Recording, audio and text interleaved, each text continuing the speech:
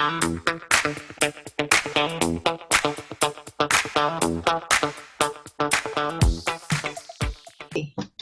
Kamal. How are you? I'm well, Nancy. Thank you for having me on your podcast. Oh, thank you. It's an honor to have you on the podcast. First of all, before we begin, let's start with my usual first question. Where are you situated? Where you're from? And what first drew you to veganism? And how has your understanding evolved over time? So I'm living in East Bay, in San Francisco Bay Area right now. I've lived. Last year I was living in Australia. The 2 years before that I was in Zambia as part of Peace Corps. But I'm in San Francisco Bay Area right now.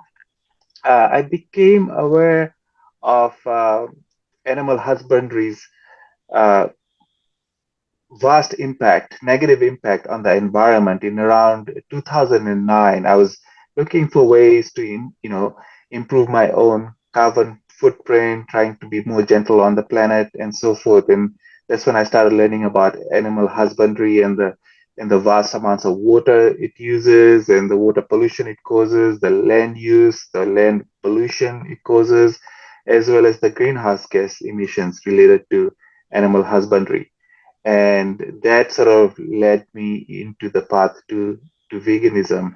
And over time I've realized that uh, the some of the environmental problems that we face are just a symptom of our underlying oppression and abuse of farmed animals. And because it's not only the environment that animal husbandry affects. Obviously, billions, trillions, if you count sea animals, are suffering. But think about the communities near which animal husbandry uh, operations occur. The people, the psychological impact of the people who have to, for 8 hours a day or however long they work in slaughterhouses, you know, have to work on animals who are struggling to live, and they're trying to unalive them, they kill them. It takes a psychological toll that I cannot imagine doing that job for that long. Most people can't, but people do because they are under certain economic pressures to to make a living for their families. But then the impact then is revealed in alcoholism, domestic violence, incidences of alcoholism and domestic violence in these areas where animal husbandry operations occur are atypical of a regular neighborhood in United States.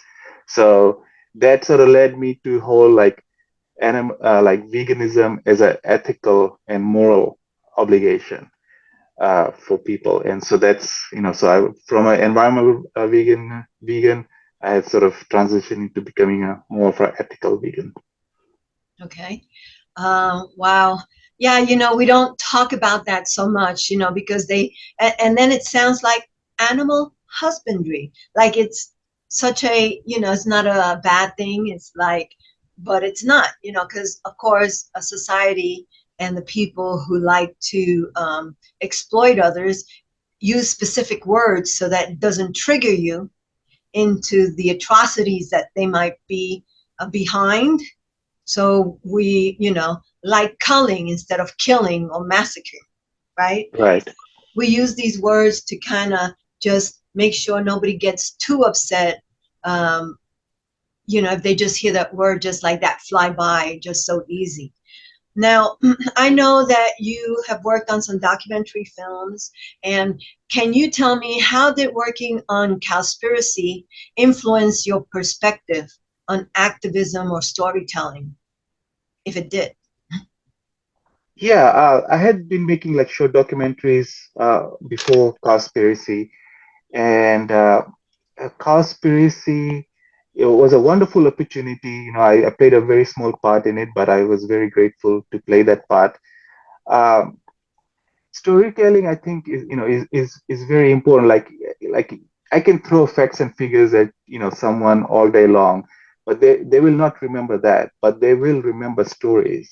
And it's a great mnemonic device as well. Like when you're trying to learn something new, like you tell a story about whatever is that you're trying to teach something, or you're trying to learn for yourself.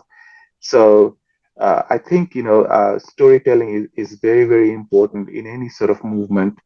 Uh, Conspiracy, the way it affected me, um, I I was already so immersed in in the movement, the animal rights movement. I don't think like working on the film specifically affected me that much, but visit like one of the parts I helped with was a dairy shoot on a dairy farm, and that like watching the animals there like up close and personal, that sort of like strengthened my belief, and made me more motivated to speak up for them, not only for the animals, but again, just like we were on a like one of those farms you see on the labels, right? Like the green pastures and so forth. But again, like when you get down to it, the conditions under which the dairy cows are milked, uh, and where they live, the fear in the eyes of the calves, that when you approach them, uh, like they know that they're being exploited, and so they don't want to have anything to do with humans, and you can see them, but they don't have a choice. They're trapped in their little corrals, and forced down chutes to get milked and prodded to if they're not moving fast enough and so forth. So it was it just solidified my belief in my purpose. Okay. Yeah, that is, so sad because, again, we're so removed from what happens in these establishments, for animal agriculture, whether it be for the meat or for the dairy, that we're so far removed from it. And of course, it affects the animals in a detrimental way because it's their life, but it also, where they establish these places are where there are minorities, um, so that they could get away with it, because they're never going to put a meat factory or a dairy factory where a rich person lives, because they're not going to stand for that. And, it's not going to happen. So they not only exploit the animals, but they exploit the human animals as well when they do that. Exactly. So now, when you were working in the Peace Corps, um, tell me about that experience. Did it teach you anything about food, sustainability, or compassion while you were out there? You were in Zambia. Was that where you were at? Yeah. So August of 22, right after the pandemic uh, lifted, the closure due to pandemics lifted, I went to Zambia to serve up as a Peace Corps volunteer for 2 years. I was in a very rural setting. I was an education volunteer. Originally, I had applied to be agriculture volunteer, but that didn't pan out. So I ended up becoming a education volunteer. So I was in a very rural village, uh, teaching English there.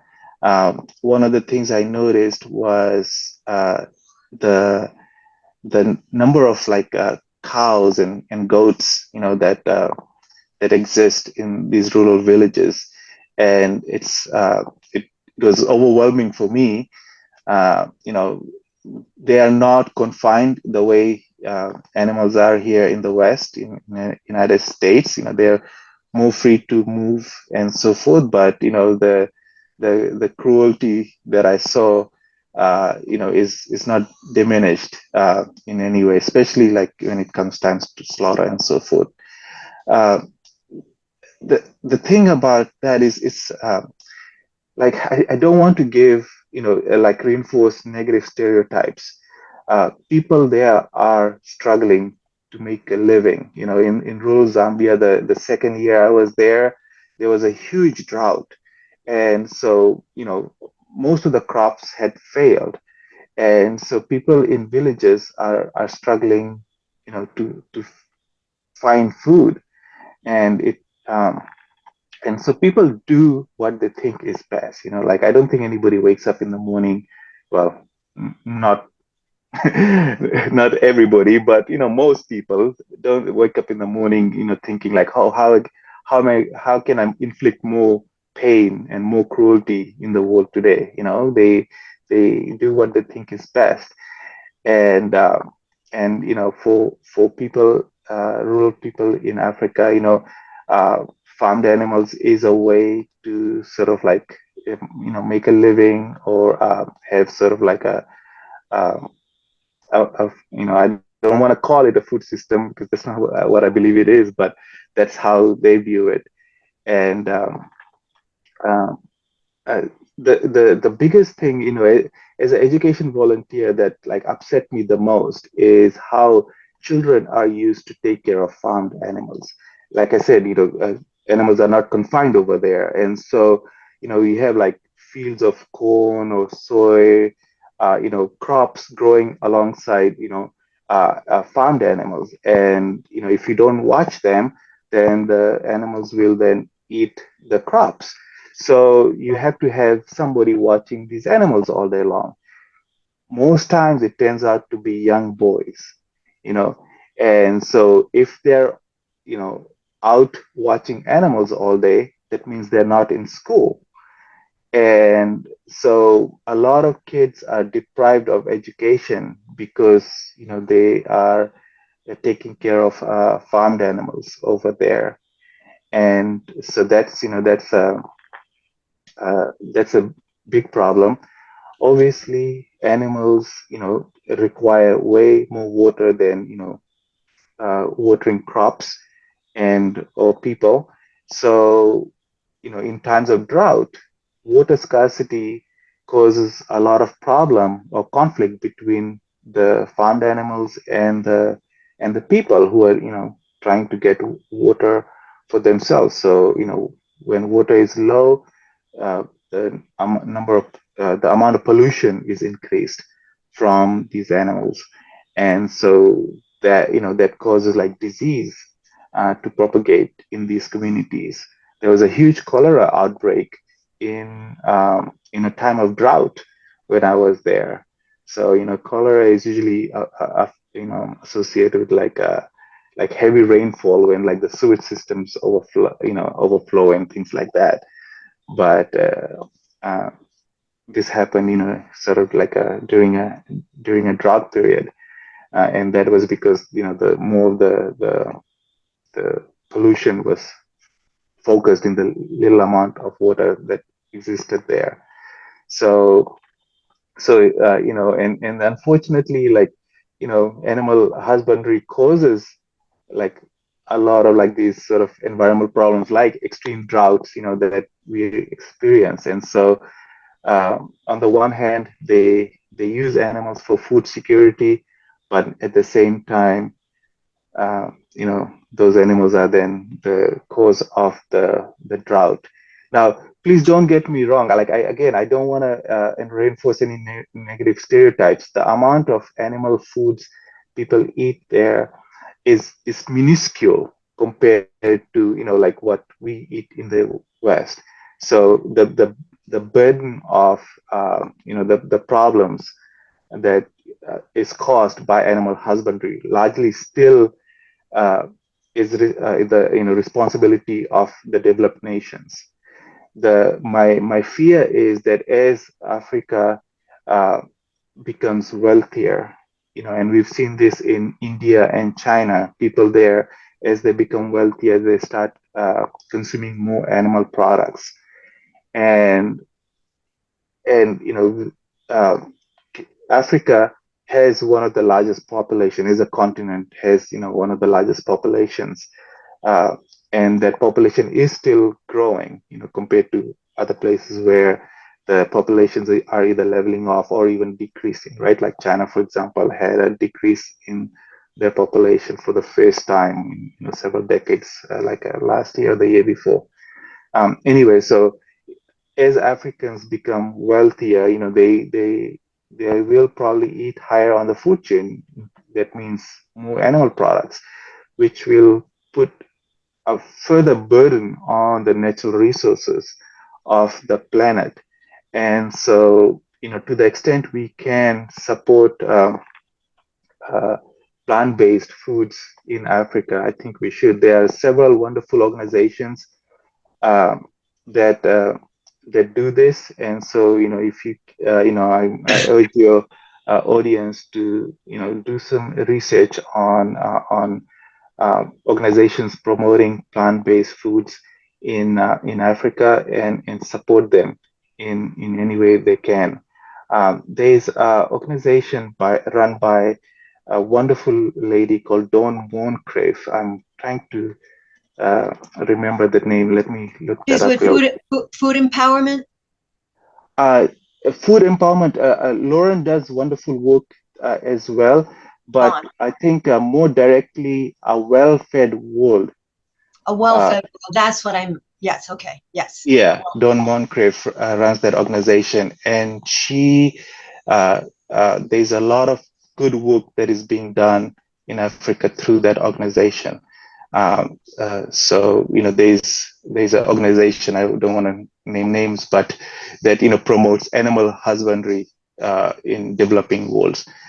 So rather than supporting alleviation of hunger through that, a well-fed world will help really help people in terms of bringing sustainable plant-based options to Africa. So yeah, I think that's uh, they Africa and other developing nations have like a opportunity to leapfrog our uh, our problems. Like for example, like in Africa, most places, like in the rural areas, for example, they've never had like a landline, right? Like a phone landline. But now most people there have cell phones, either like a smartphone or even like a old school, like a Nokia chiclet phones. And so they leapfrog us in that technology, right? And then they can, I think, there's opportunity for them to leapfrog us in sustainability as well. Like solar deployment is really huge there. And then, this whole period of like where we, exploit animals to the extent we do in the West, they can, leapfrog that as well through sustainable living. Like one of the programs um, apart from my education work that I did there, one of the things I did was the propagation of moringa. Moringa is a wonderful tree. It's a great food source that is readily available in Africa, but a lot of people see it as medicine. So they only like consume it if they do when they get sick. Except it's a great food source. Like I remember growing up in Fiji Islands, my mom used to make moringa like once or twice a week for us, and I got sick of it. Not until I came to the US and I couldn't get moringa anymore. I was like, wow, that food, I miss it so much. So when I got there and I saw that moringa grew there, I started germinating moringa seeds. I distributed like 150 seedlings. We did a bunch of cooking demos to show people like how to prepare moringa in a very easy way, using locally available, like, the ingredients they use, nothing fancy, like, like masala or anything like that, that people don't use there. Simple cooking oil, salt, onions, tomatoes, moringa leaves, very simple recipe, but very tasty and very nutritious. And so, for pregnant mothers, breastfeeding mothers, young children. It is a wonderful food source, and it's a tree. So you plant it once, and so long as you take care of it. Like I told them that you could, like when you do your dishes or your laundry, like once the tree is established, you can just dump all your like dirty water on top of the tree, and then you will have food for the whole year, from this one tree. And so I'm very happy to see that I've been in touch with my counterpart there who is helping me on this project. He is still continuing to plant more moringa trees, encouraging more people to plant moringa trees, and doing cooking demos. So that will be a great food source. But then once they build the capacity, it could become a great income source too. Like if you buy moringa powder, for example, on Amazon or like in a grocery store, it's fairly expensive there here, and so that's something that they could grow there, which is the climate is very suitable for it, and could export to other countries as an income source. I learned about moringa trees some years ago in one of these podcasts from a lady who was lives out in the UK, and they have an organization. And right now, the name has left my brain for a moment. But anyway, she was doing exactly that, planting moringa trees. And I was trying to find, like you said, it's hard to find moringa stuff here in the US. So I started looking. I even tried to buy some seeds and try to see if I could like plant but seeds never flourished. So it wasn't a happy Yeah, tale and story. And I was, so when you said moringa, I'm like, I want a moringa tree. I believe yeah. you could eat pretty much every part of the moringa tree. Isn't that true? Yes, every part, roots, tree, stems, bark, And, seeds. and I think after the first year or second year, it just takes off. That's what I Yeah, heard. it's fast growing, and even within the first year, like if you plant it at the beginning of the year, if the conditions are right, it does like sort of like warmer climates. And so growing it in the US is can be difficult, although like I know people who have done it. uh, I think in Florida it's big, like there's moringa farms there, and maybe in Southern California too. You can grow them in pots, but they like you really like they grow really fast. So so you have to really manage them very closely if you're trying to grow them in pots and stuff. But yeah, within the first year, you can start harvesting leaves, for personal consumption. And then, yeah, as the tree grows, like you could chop, like once the tree is established, you could chop it down from the base and new shoots will come up. And so, for my cooking demo, there was one tree I remember like that I went and found in the town. Somebody had done that. They probably chopped it down for firewood or something like that. But there was like all these new shoots with fresh leaves on there. So it was like a jackpot for me because I could get so much leaves from that one tree. And yeah, it's very fast growing. You can cut it down fairly short and it'll regrow. So it's a great food source, and like yeah, as you mentioned, it's fast growing. So drought tolerant, fast growing.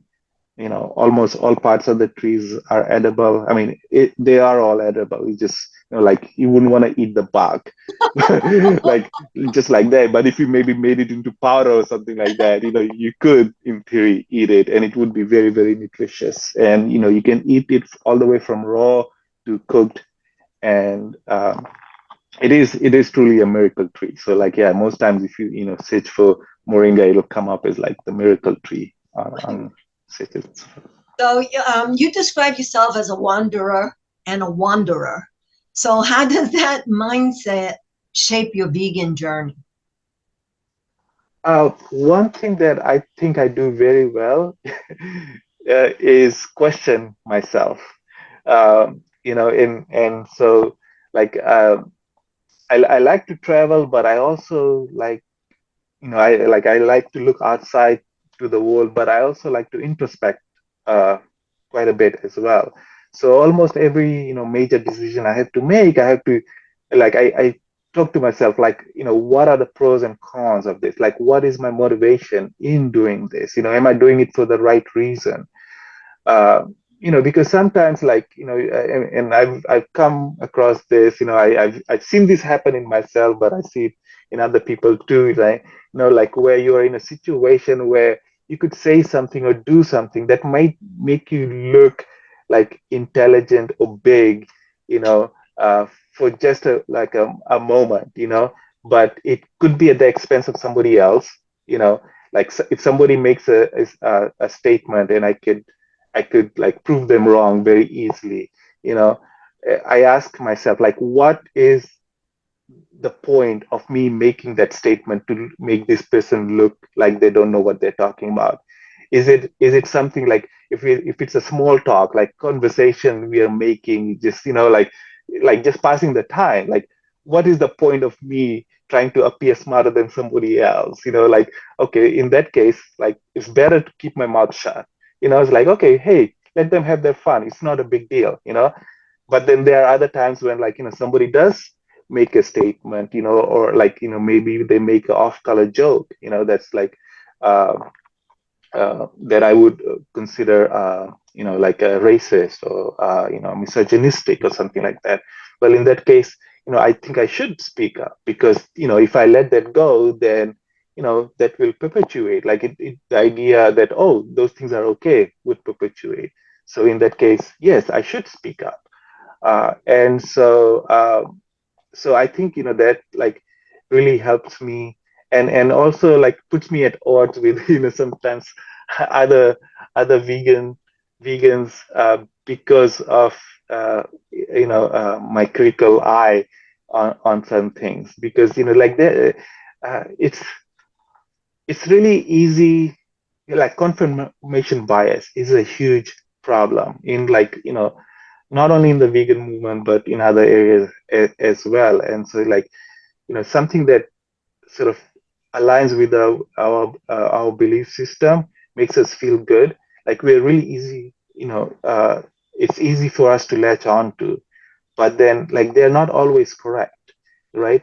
And sometimes people will make arguments against animal husbandry, that may sound good, and it sounds good to the person saying it, but at the end, it's not.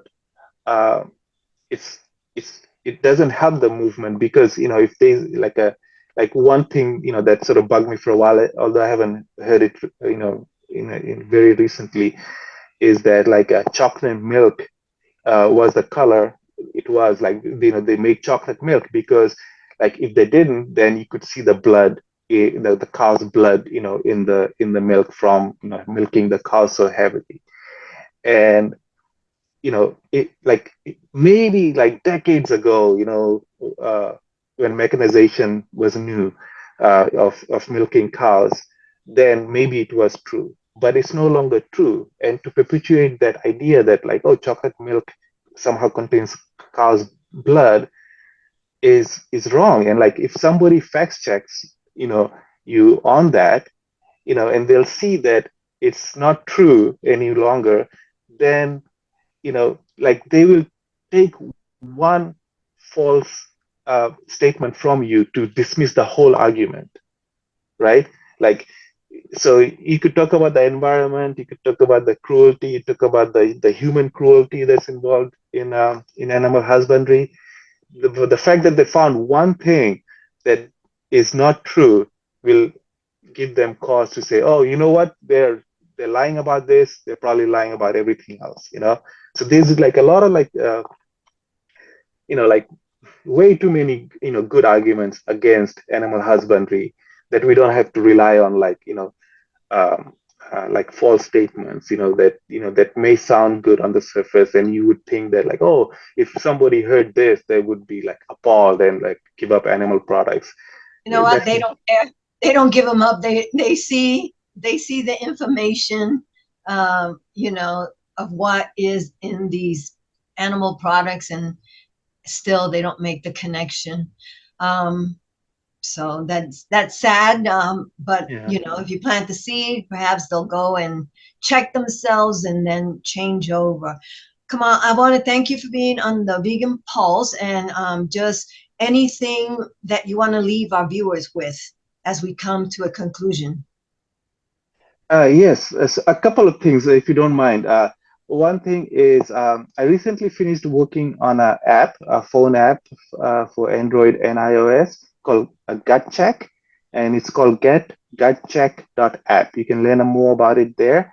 If you're trying to help somebody, like, uh, uh, check to see how, like, their foods might be affecting their health, this might be a good app for them to try out. So, for example, if you want to see whether dairy causes bloating, and so forth. You can log like the times you eat dairy products, and then like keep track of like, oh, how is it making you feel over time?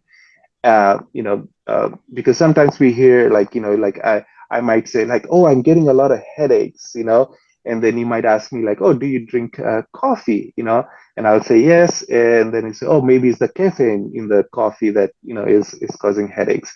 uh, well, unless I measure it, I will not be able to, make the definite connection between the two. So this app helps you sort of like, it's like a food diary, food and symptom diary, where you track your food and like your symptoms and try to see if there's any correlation between what you eat and the symptoms you experience. Or it could be the opposite too, where like if you think coffee will give you more focus, you could track focus as well in addition to your coffee consumption. So that's the first thing. So if your viewers want to check it out, you can check it out at get.check.app. App.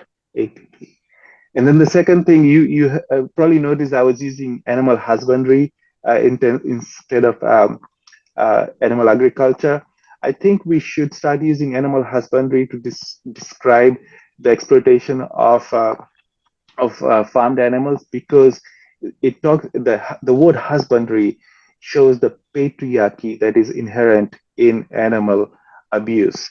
And from the beginning, like animals and even like children and women were considered properties of their husbands, fathers, and so forth.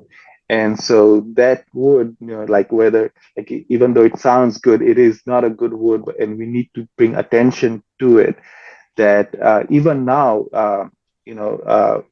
in the industrial animal husbandry, females are the most exploited of all uh, uh, animals, whether they be dairy cows, hens, egg-laying hens, and even in the meat industry, where uh, like, and this came from a farmer, where like they prefer female animals that they can breed to produce more animals. And so even on a beef farm, for example, the male cows are culled or killed off earlier than like the female ones, so they suffer longer, they suffer more.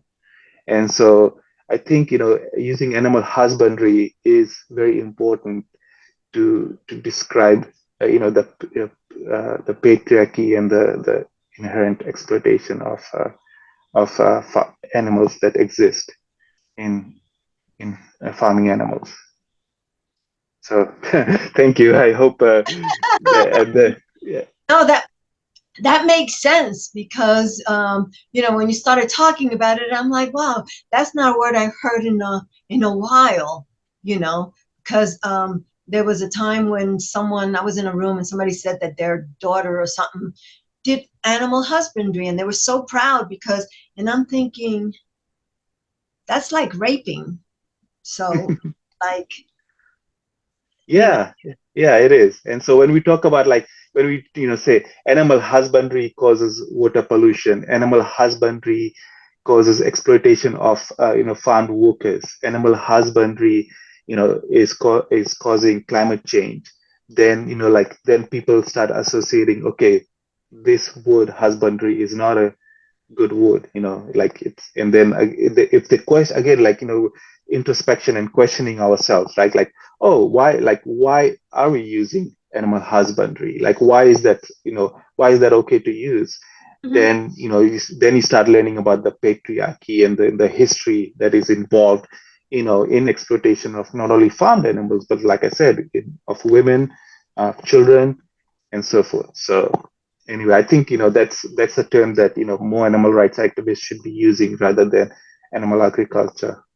Well, Kamal, thank you so very much for being on the Vegan Pulse. I appreciate it. I learn something new every day. I love it. Take Thank care. you, Nancy. Take care. Bye bye.